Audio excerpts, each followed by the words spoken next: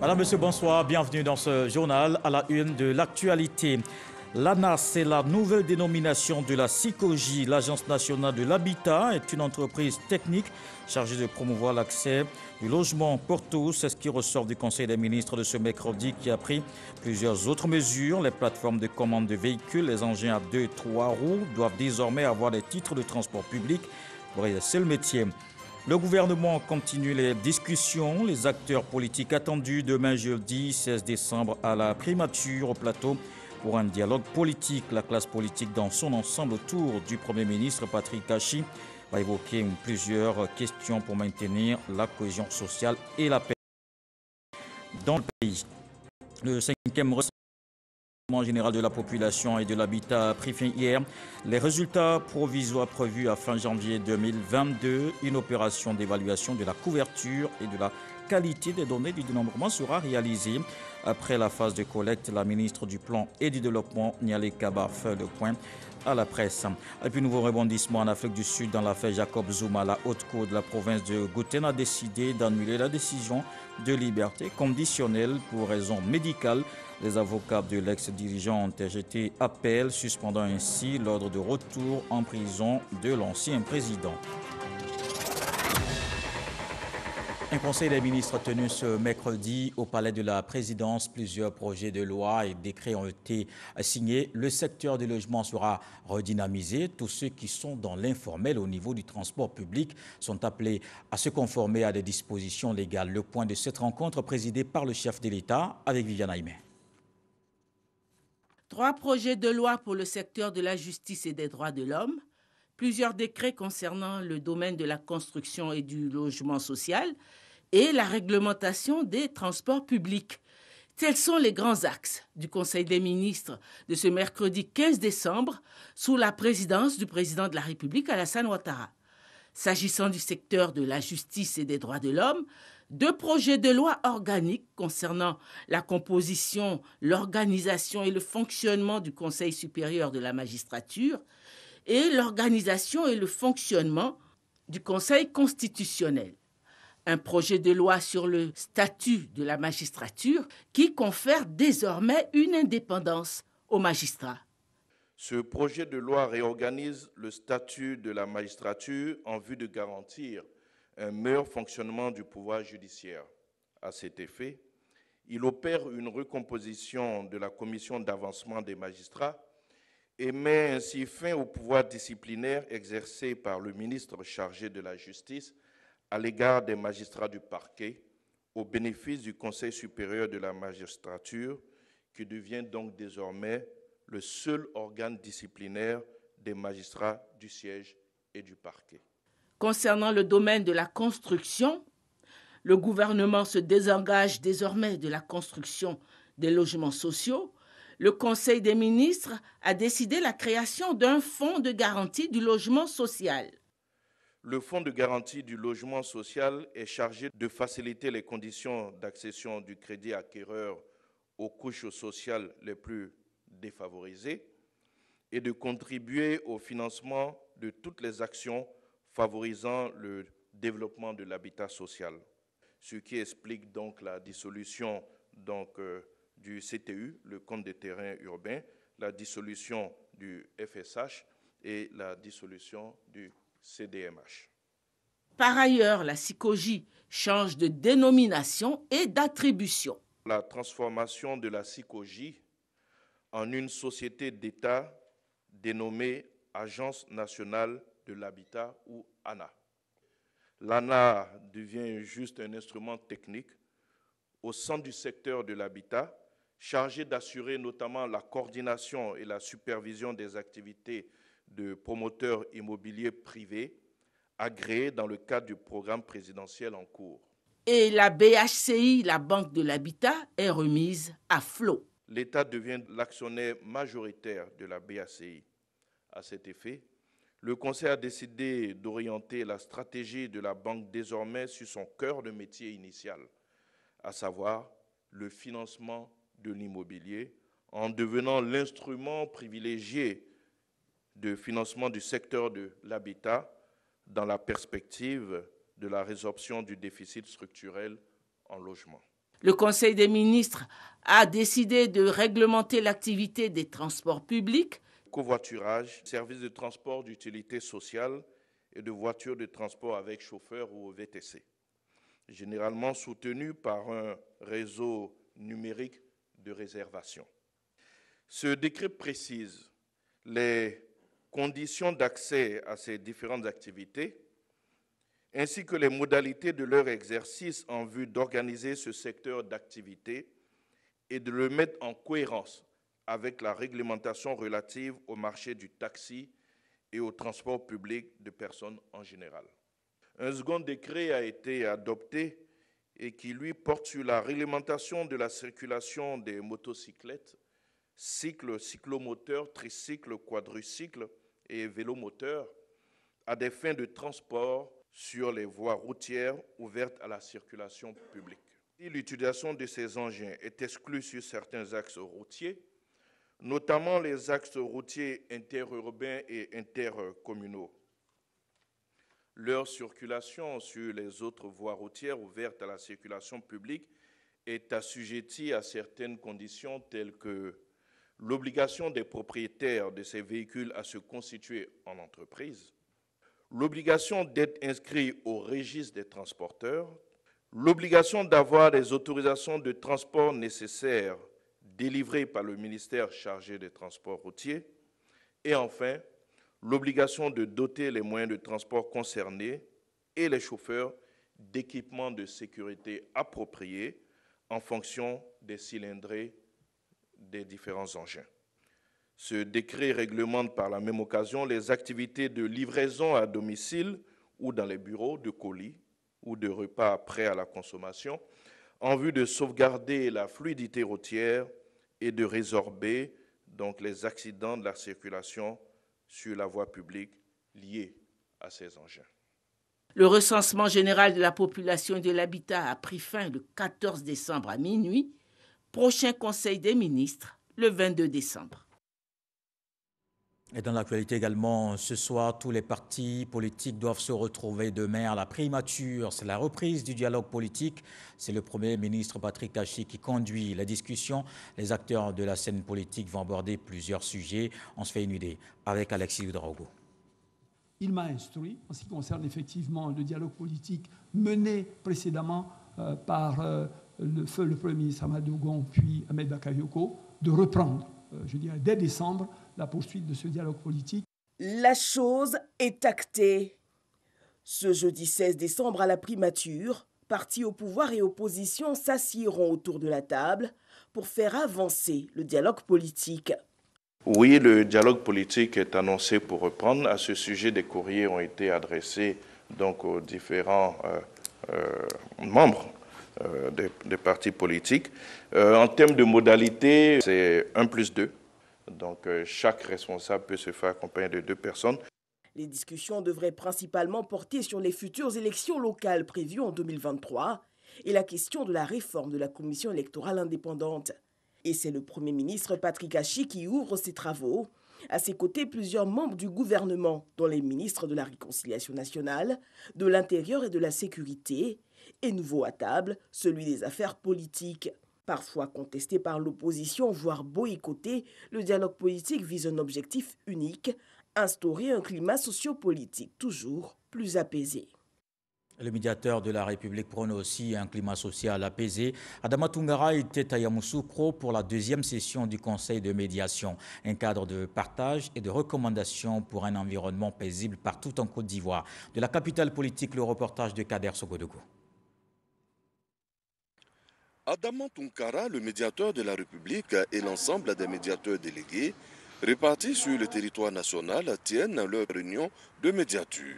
Un cadre favorable de prise de décision pour faire régner la paix et la cohésion partout où besoin sera. Cette deuxième rencontre semestrielle de 2021 a pour but de faire le point de la médiation à l'intérieur du pays, des rencontres des comités de veille avec la population et d'essayer d'aplanir toutes les difficultés qu'ils peuvent avoir avec les différentes communautés.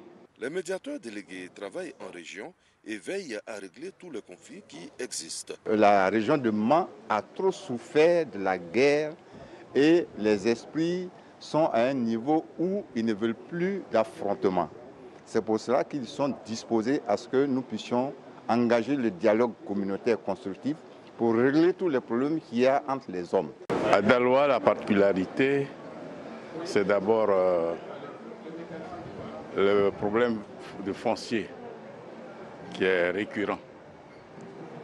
Et après, dans la zone, c'est aussi le problème de la chefferie. Les chefs qui s'autoproclament. C'est ça qui fait qu'on court toujours. Cette réunion du Conseil de médiation est la dernière de l'année 2021. Elle tient également lieu de bilan. Et c'est aussi l'heure du bilan après la clôture de la phase de collecte des données du RGPH 2021.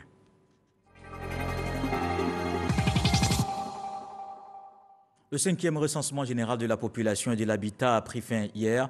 Les résultats provisoires sur le nombre de la population prévus fin janvier 2022, c'est ce qu'a annoncé la ministre du Plan et du Développement Nialé Kaba au cours d'un point presse. Une opération d'évaluation de la couverture et de la qualité des données du dénombrement sera réalisée. Le reportage de Jean Badiadji. Après 2 périodes d'extension, la phase de dénombrement du recensement général de la population et de l'habitat RGPH 2021 vient de prendre fin sur toute l'étendue du territoire national.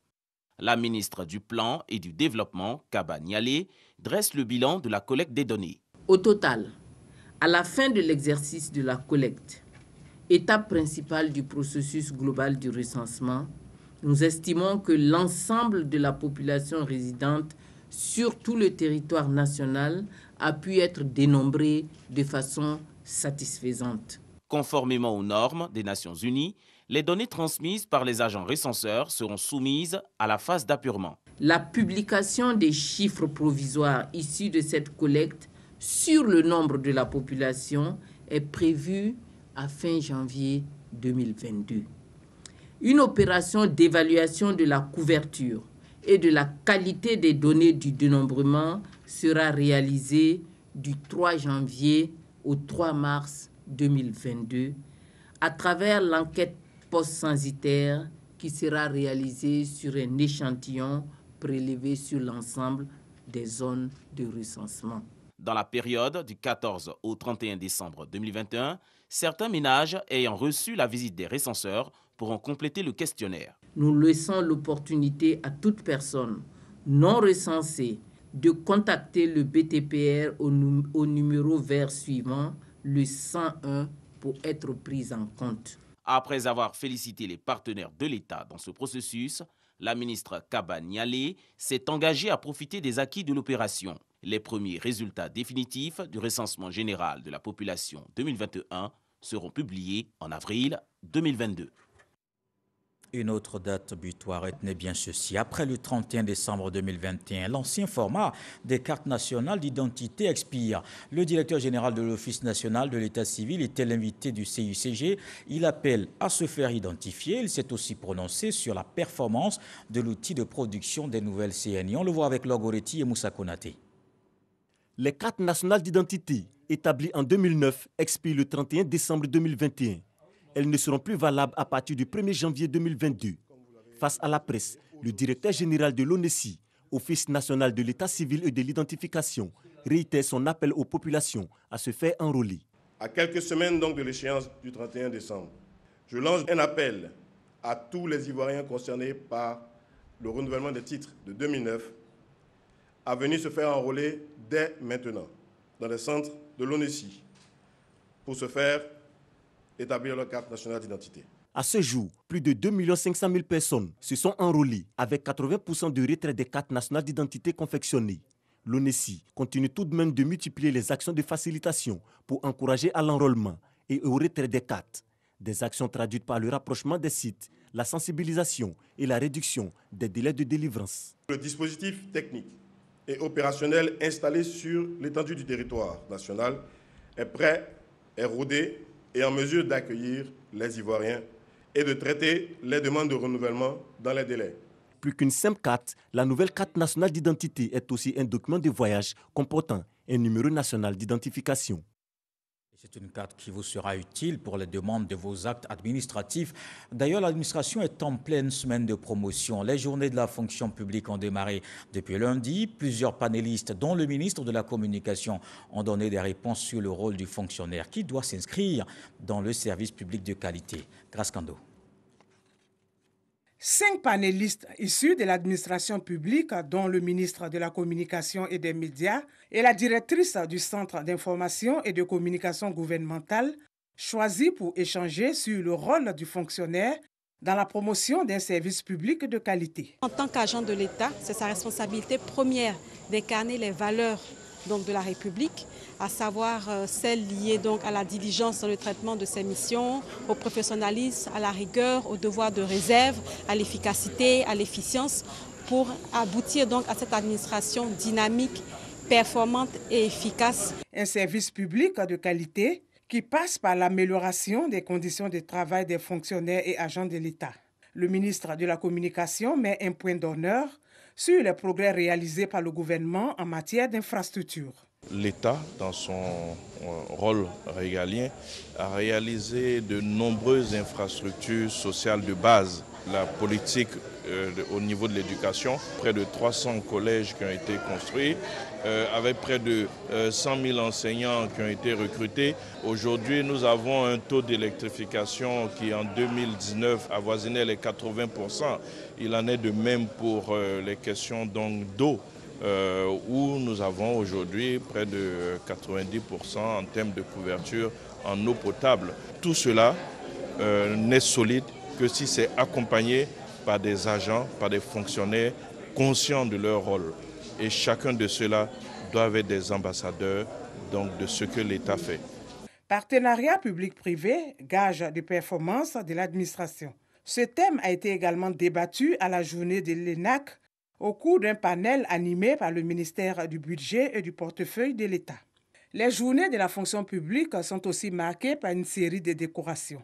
En plus des 73 premiers décorés lundi dernier, 149 autres fonctionnaires et agents de l'État ont aussi vu leur mérite récompensé. Ça m'amène à donner des conseils à la jeune génération de vraiment prendre le travail au sérieux et aux étudiants et élèves surtout d'être très assidus aux cours. Les congés anticipés, si j'en avais fait, je n'allais pas être présidente de l'université. Aujourd'hui, j'ai une médaille, l'État reconnaît mes mérites. Notons que la cérémonie de décoration se poursuit. À thème, ce sont 500 fonctionnaires et agents de l'État qui sont concernés. Et intéressons-nous à la promotion des petites et moyennes entreprises. Le Club Afrique Développement du groupe Attijari Wafa Bank a organisé une rencontre. C'était autour de la zone de libre-échange continentale. La réflexion portait sur les avantages pour les PME ivoiriennes sur ce marché. Jean-Luc Bangbo. Cette mission du Club Afrique Développement qui s'est tenue à Abidjan s'est plutôt apaisantie sur les retombées et le sort des petites et moyennes entreprises face à l'entrée en vigueur de la ZLECAf, zone de libre-échange économique africaine. C'est un grand marché qui s'ouvre à nos entreprises. Il faut saisir l'opportunité.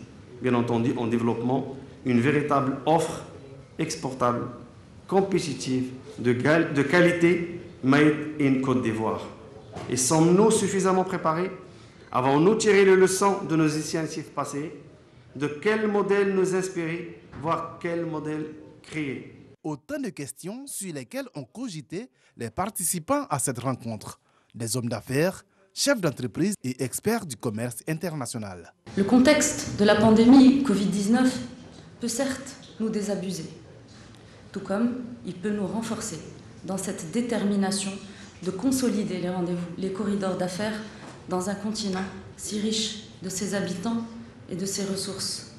Et ce, plus que jamais, dans un temps géopolitique où les grands ensembles régionaux se contractent. La zone de libre-échange économique africaine est entrée en vigueur depuis le 1er janvier dernier. Une révolution dans le monde des échanges commerciaux et qui appelle une mise à niveau du dispositif des PME ivoiriennes. Notre pays l'a si bien compris qu'il s'est engagé à entreprendre des réformes idoines afin d'accompagner les entreprises ivoiriennes à faire face aux nouveaux défis de la mise en œuvre de la ZLECAf. Pour preuve, aujourd'hui, avec 24%, la Côte d'Ivoire a le taux de commerce intra-africain le plus élevé contre une moyenne générale de 7%. Cette mission du Club Afrique Développement a ainsi été marquée par des rendez-vous d'affaires B2B, mais également des réflexions de haut niveau à travers une série de panels dont les résultats seront compilés et serviront de recommandations pour une mise en œuvre optimale de la ZLECAf. On change de secteur. La semence est à l'origine de 40% de la productivité agricole et doit être mieux appréhendée dans le cadre de la modernisation de l'agriculture ivoirienne. Des experts, chercheurs et partenaires sont en conclave. Ils doivent trouver les moyens pour exploiter au mieux ce sous-secteur. Noël Niagno. La semence, c'est la ressource la plus précieuse de la production. Cette affirmation est assise sur une donnée éloquente. Lorsqu'on prend le rendement d'une culture, la semence compte pour au moins 40% de ce rendement, la productivité. Autre élément confortant l'affirmation, la bonne semence impacte positivement l'utilisation des engrais. Lorsque vous donnez de l'engrais à vos cultures, ça dépend de la semence, ça dépend de la variété. Il y a des variétés qui répondent bien à l'engrais, il y en a qui ne répondent pas bien. C'est comme dans la famille. Il y a des gens qui mangent, ils ne grossissent jamais. Il y en a d'autres qui boivent un verre de lait, ils grossissent. Les plantes sont pareilles. L'organisation de ce sous-secteur devient donc une exigence stratégique dans la modernisation de l'agriculture. Notre ministère a pour mission de moderniser l'agriculture, la rendre compétitive, la rendre attrayante et la rendre rentable pour attirer la jeunesse. Pour qu'il en soit ainsi, il faut commencer d'abord par l'exploitation de matériel qui soit performant, que ce soit matériel végétal ou animal, parce que les semences ont un caractère transversal. Le forum, qui est un cadre qui réunit toutes les expertises et toutes les expériences pour fédérer toutes ces intelligences-là et nous permettre d'aboutir à une politique sémencière de laquelle on va décliner une stratégie nationale de développement du secteur sémencier. Pour 48 heures, experts en la matière de Côte d'Ivoire, du Ghana, du Burkina Faso, partenaires techniques et financiers vont labourer les champs sémenciers de Côte d'Ivoire et des pays participants pour mieux exploiter les potentiels de ce secteur. Commençons par jeter un regard sur le secteur sémencier du Burkina Faso. Premièrement, nous avons une production semencière qui, en moyenne, atteint 20 000 tonnes de semences, toutes cultures confondues. Ensuite, nous avons un secteur semencier bien structuré, au niveau donc, du privé surtout. Donc, nous avons l'Union nationale des producteurs de semences qui compte environ 4 000 membres. Nous avons une association nationale des entreprises privées de semences. Et le Burkina Faso se positionne aujourd'hui comme un pays exportateur de semences. Reste à ensemencer cette expérience après lui avoir injecté une dose locale à la lumière des conclusions de ce forum. En santé, des investissements pour améliorer la qualité des soins et le plateau technique. Le comité de pilotage de la plateforme nationale de coordination du financement de la santé s'est réuni après quelques temps d'interruption de ses activités. Les parties, dont les partenaires financiers, se sont mis d'accord sur le cadre de travail et les résultats attendus. Le ministre de la Santé, de l'Hygiène publique et de la couverture maladie universelle salue cette relance des activités. Pierre Dimba exhorte à redoubler d'efforts pour réaliser davantage les engagements. Le ministre-gouverneur du Woroba, Moussa Dosso, a assisté aux États généraux de l'éducation nationale dans son district, un cadre de réflexion sur les problèmes de l'école dans la localité. Un appel lancé contre les congés anticipés. On en parle avec Mama Traoré. 3 jours durant, autorités administratives, sécuritaires et éducatives vont analyser et proposer des remèdes aux maux qui touchent l'éducation dans le district du Woroba.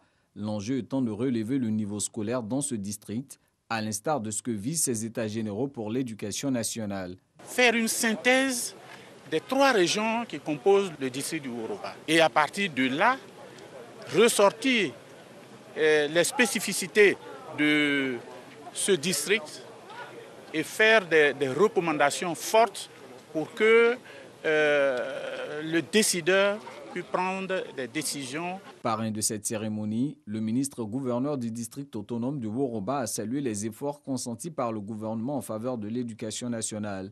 Moussa Dosso demande aux parents de s'investir davantage dans l'éducation de leurs enfants. Tout système repose sur les hommes. Et pour qu'on aille de l'avant dans les années à venir, il faut qu'ensemble, on s'engage tous à faire de l'enseignement une de nos priorités.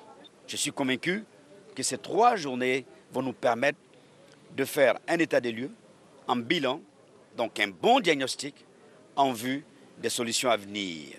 En marge des États généraux de l'éducation nationale dans le district du Woroba, Moussa Dosso a rencontré les autorités coutumières avant de visiter les différents bâtiments de la ville qui ont besoin d'être réhabilités. On change de localité. La communauté sénofo du district autonome de Yamoussoukro a désormais un chef. Fatoro Mayo a été installé selon la rigueur et les exigences coutumières. Des élus et cadres des régions du Poro, de la Bagoué et du Tchologo ont pris part à la cérémonie qu'on voit avec Kader Sogodogo. Le Boloy a pris possession de l'esplanade de la fondation Félix Houphouët-Boigny pour la recherche de la paix de Yamoussoukro. Avec lui, de nombreux ressortissants sénofos. Ce peuple du nord de la Côte d'Ivoire installe son chef de Yamoussoukro. Fatoro Mayo, 78 ans, est installé par des chefs baoulés et sénofos, avec à leur côté le ministre Souleymane Diarra-Souba et le député maire de Mbengue, Ali Kader Koulibaly. Nous sommes tout simplement à la recherche de l'intégration et nous pensons qu'à Ouangolo-Dougou, il y a la communauté baoulée qui existe à Ouangolo-Dougou.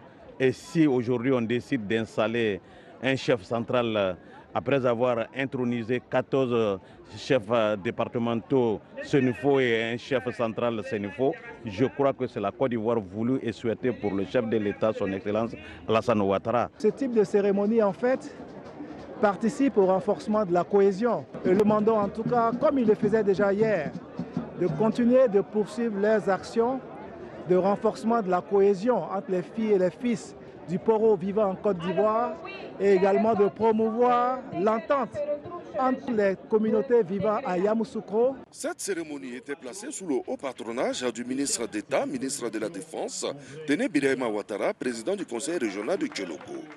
Que vaut un rendez-vous culturel sénofo sans le Boloy? En tout cas, Yamoussoukro a été servi, agréable à écouter et bon à regarder. Pourquoi s'en priver?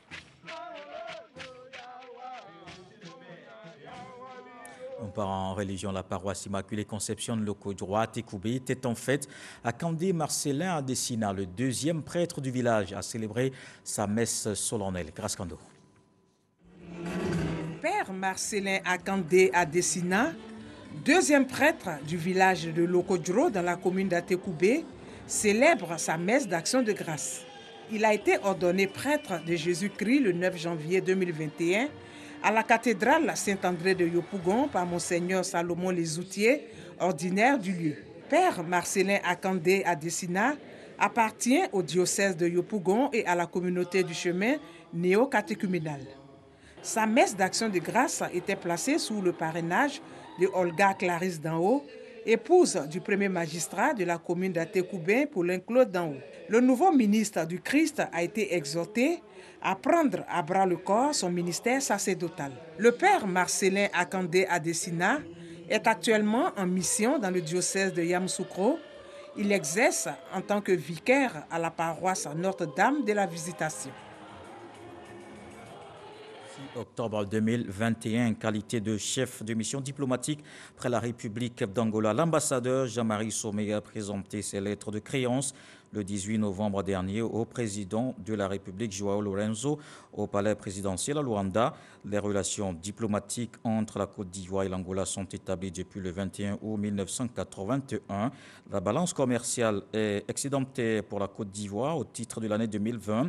Les produits exportés sont multiples, à savoir le bitume, le coton, le caoutchouc et les produits de pêche. Dans le reste de l'actualité, nouveau rebondissement en Afrique du Sud dans l'affaire Jacob Zuma. L'ancien président sud-africain avait été placé en libération conditionnelle pour raison médicale en septembre dernier, 2 mois après son incarcération pour outrage à la cour. Ce mercredi, la haute cour de la province du Gauteng a décidé d'annuler cette décision. Les avocats de Jacob Zuma ont aussitôt interjeté appel, suspendant ainsi l'ordre de retour en prison. Cette décision ont souligné les avocats dans leur appel constitue, je cite, une punition cruelle et dégradante. Et voilà qui met un terme à ce journal. Merci de l'avoir suivi. Retour de l'actualité 23h. Ce soir, le SAID nous apprend que les rivières les plus profondes coulent toujours dans le plus grand silence.